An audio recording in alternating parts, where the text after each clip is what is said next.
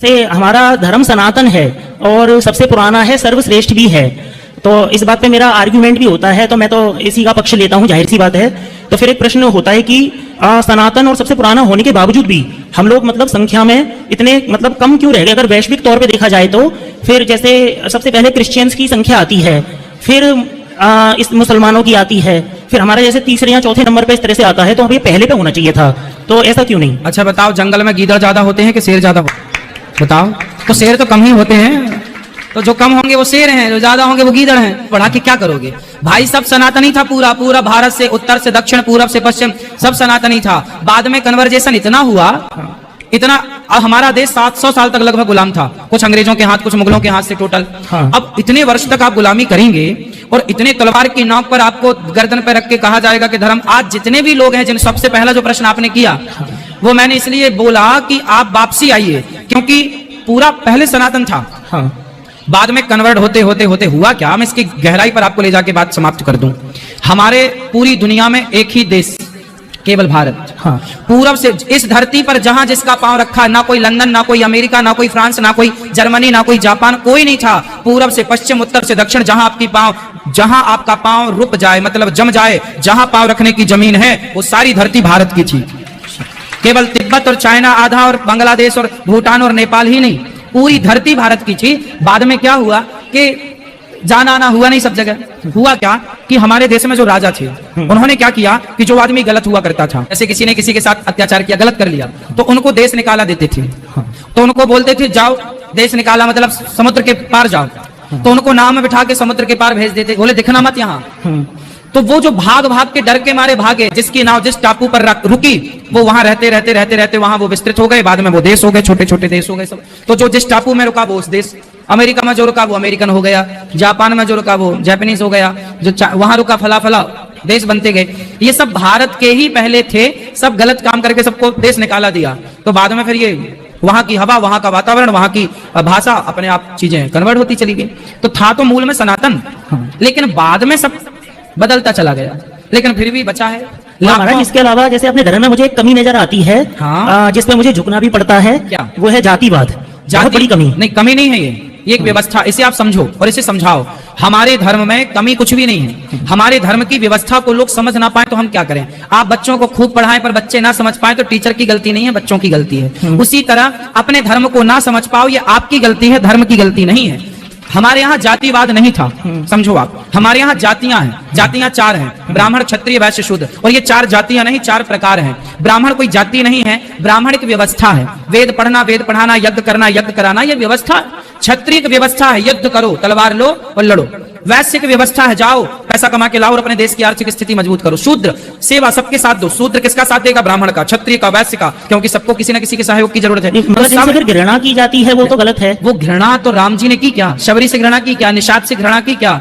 भगवान ने तो घृणा करना नहीं सिखाई। ये घृणा का बीज कुछ लोगों ने अपने मन से उगा लिया। राम जी के केस में वो शंभू का वध था, फिर वहां पे भी शंभू का वध पूरा पढ़ा आपने?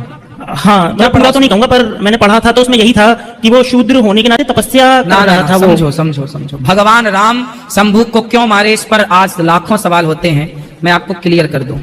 शंभूक वध पूरा प्रसंग समझने वाले कम हैं, इसलिए सवाल खड़े होते हैं। शंभूक भगवान राम के मंत्री थे। भगवान राम का जो मंत्रिमंडल था, ये मुझे नहीं पता था। उस मंत्रिमंडल में एक पदस्थ अधिकारी थे, शंभूक, जो कि धन का कार्य संभालते थे, लेन देन।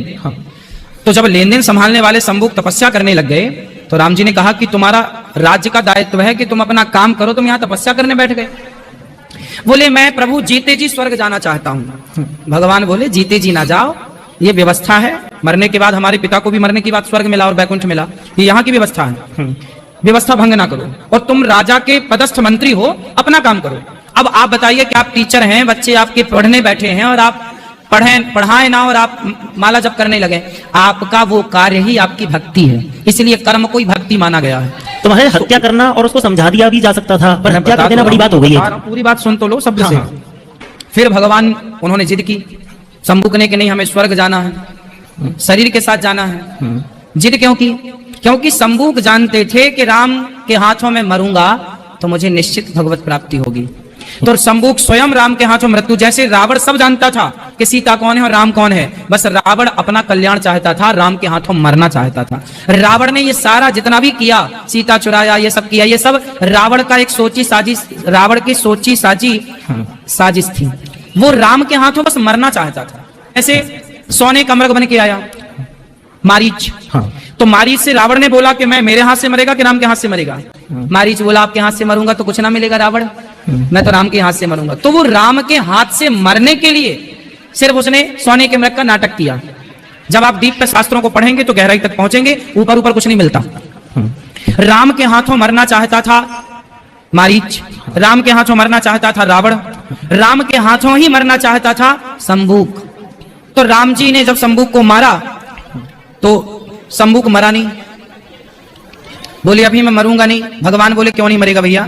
बोले प्रभु मुझे एक वचन दो कि मैं सदा आपका धाम में वास करूं, और जो मेरी जाति के लोग हैं, मैं शंभूक हूं, मेरी जाति के लोग पता नहीं आपके हाथों मरेंगे कि नहीं, आपकी भक्ति करेंगे कि नहीं, हो सकता है आपको गालियां भी दें, आप मुझे मार रहे हैं तो राम जी बोले तू बोल अब तू क्या चाहता है?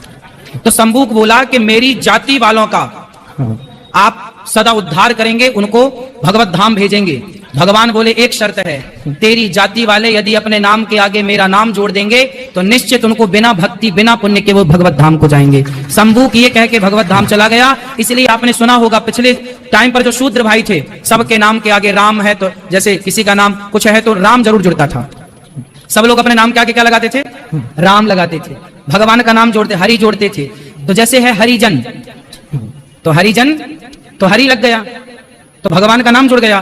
तो ये बिना भक्ति बिना कुछ के भगवत धाम जाने के अधिकारी है। शंभूक ने केवल अपना कल्याण नहीं किया, उन्होंने जाते जाते पूरी जाति का कल्याण कर दिया। केवल राम के द्वारा मैं तो मर रहा हूं। अब देखो इस गहराई को लोग ना जाने और राम को गालियां देते रहे कि राम ने गलत किया, गलत किया, गलत किया, तो आप स्वतंत्र हैं राम को गलत कहने के लिए, आप कहते रहिए।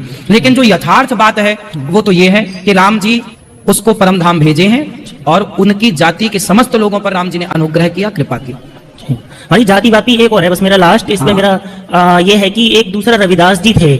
तो हमसे ये प्रश्न होता है कि अगर जातिवाद नहीं है, ये तो मेरा क्लियर हो गया राम जी वाला, तो ये रविदास जी थे तो उनको जातिवादी की सजा ही मिली थी, जिसकी वजह से वो रविदास जी अगले जन्म में बने, तो आपको पता ही होगा। तो अर्थात आपको पता ही है वो कहानी कथाओं में भी सुनाई जाती है।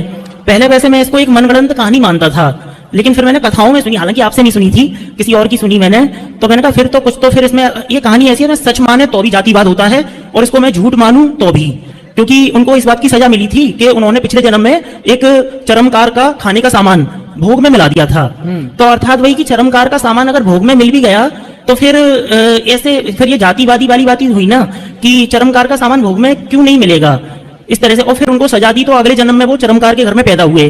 तो फिर वो बताते हैं कि उन्होंने अपनी माता का दूध नहीं पिया था। ठीक है। तो एक माँ बेटे में भी जाति तो नहीं होनी चाहिए, तो फिर उन्होंने अपनी माँ का दूध जो है क्यों नहीं पिया? इसलिए कि वो चरमकार हैं।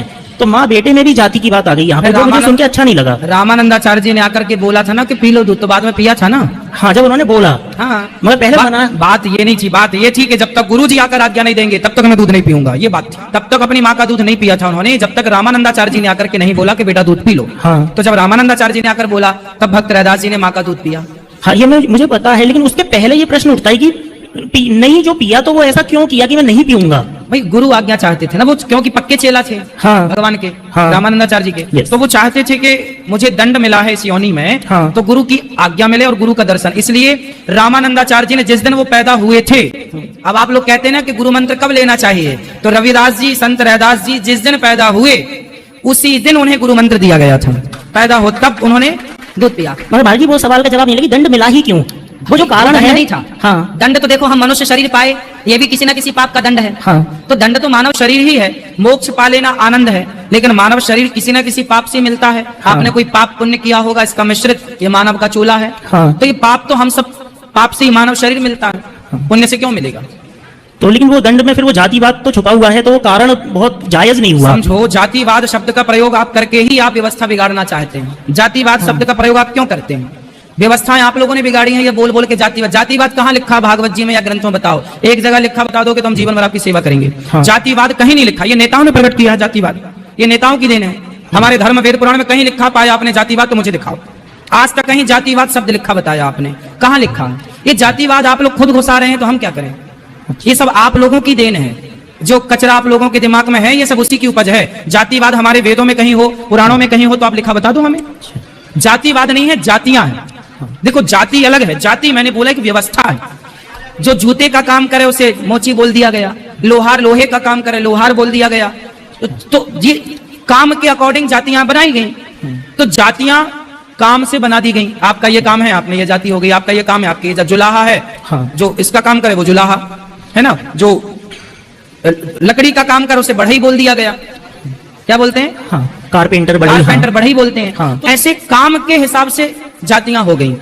जातियां मुख्य 4 हैं। ब्राह्मण जातियां नहीं है, ये प्रकार हैं, ये व्यवस्था है। फिर हम बार बार कह रहे हैं, देखो आप अपनी बेटी का विवाह करते हो ना, तो व्यवस्था, किसी को टेंट की व्यवस्था, किसी को खाने की व्यवस्था, किसी को अतिथियों की व्यवस्था, भाई आए तो तुम आओ भगत करना। उसी तरह इतनी बड़ी व्यवस्था है दुनिया की, तो कौन व्यवस्था संभालेगा? ब्राह्मण। ब्राह्मण क्या करेगा?